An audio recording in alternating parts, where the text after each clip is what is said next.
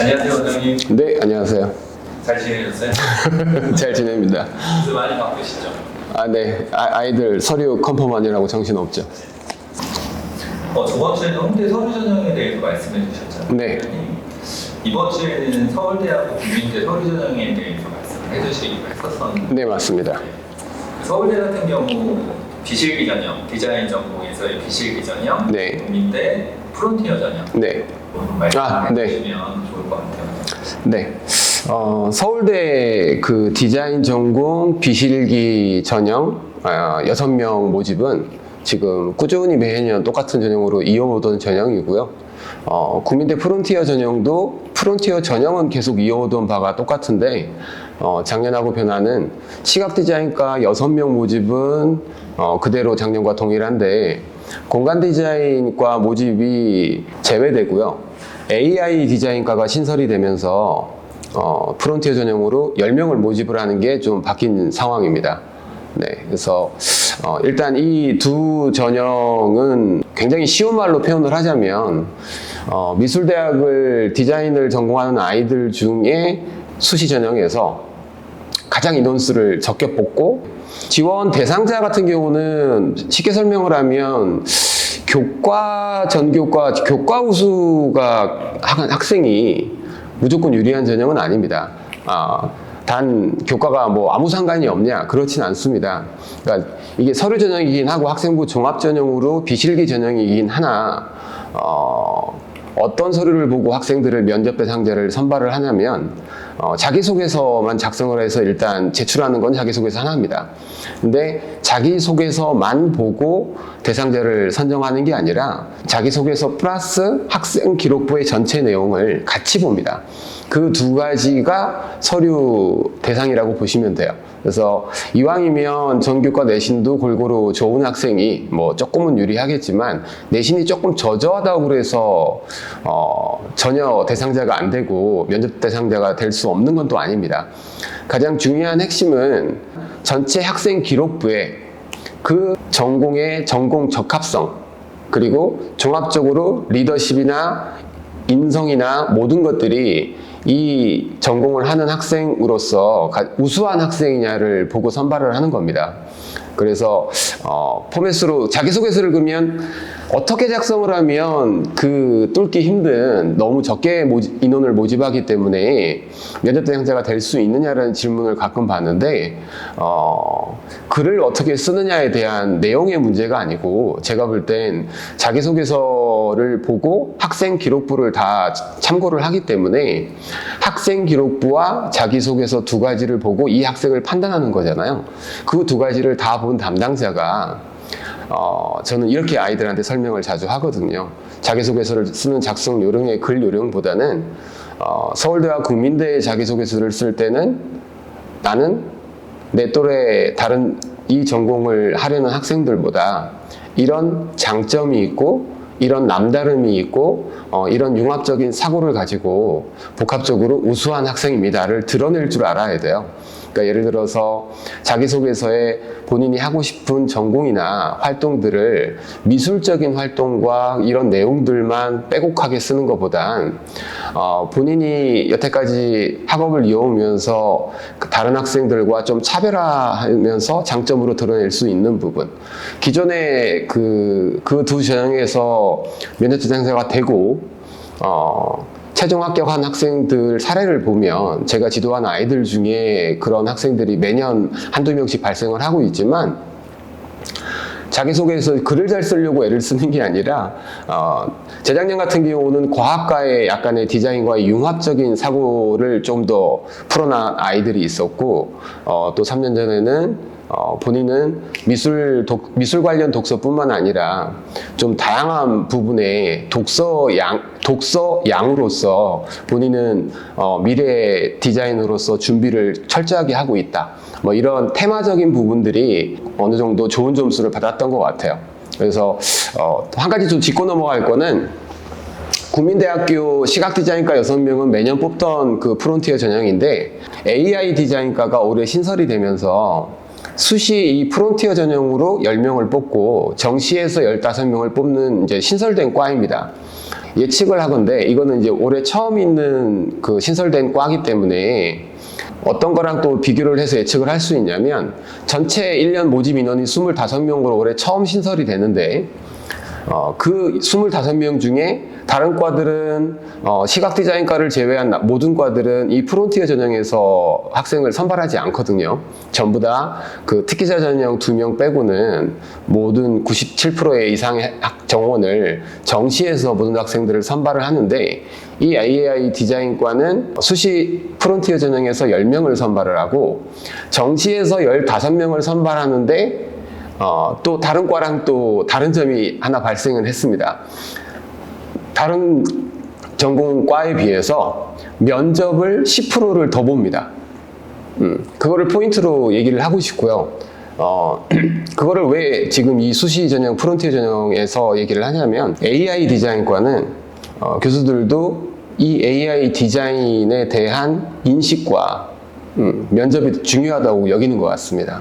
그래서 이 프론티어 전형에서도 이 AI 디자인과 자기소개서를 작성하고 지원을 하려면 AI 디자인을 이해를 먼저 하는 게 먼저라고 봐요. 그래서 그 부분을 꼭 참고를 잘 하셔서 자기소개서 작성을 했으면 좋겠고, 일단 자기소개서 작성해서 또 한 가지 말씀드릴 수 있는 게, 일단 저희 미래 지원에 대한 자기소개서뿐만 아니라 인문자연 예체능을 다 포괄해서 교육부 차원에서 자기소개서가 작년까지는 1번, 2번, 3번 지리가 공통 문항이었어요.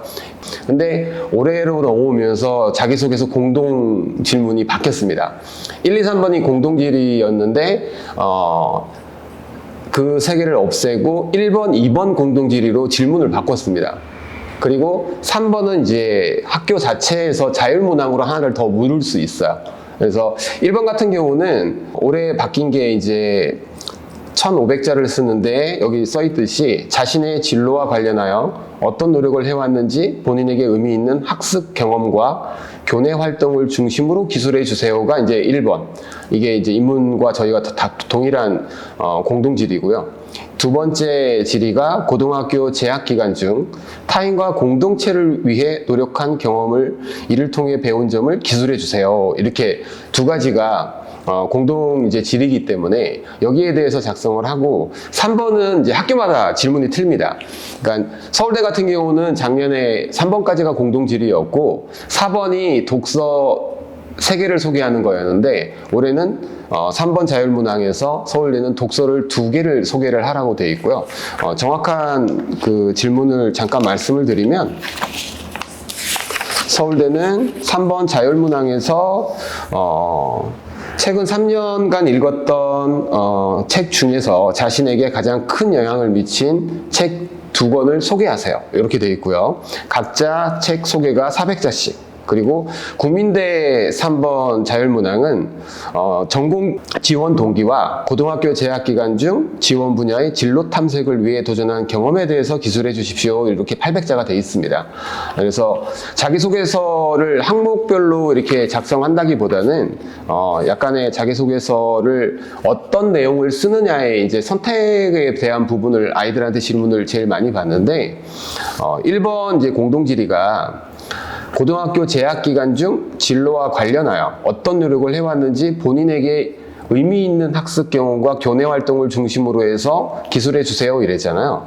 그러면 학습 경험과 교내 활동 중에 어떤 것들을 좀 설명을 하는 게 좋으냐를 선택을 할 때, 이 학습이라는 거는 기본적으로 아이들한테 그냥 편하게 써보세요 이러면, 학습 경험은 교과목에 대한 공부한 걸로만 아이들이 부분으로만 생각을 합니다.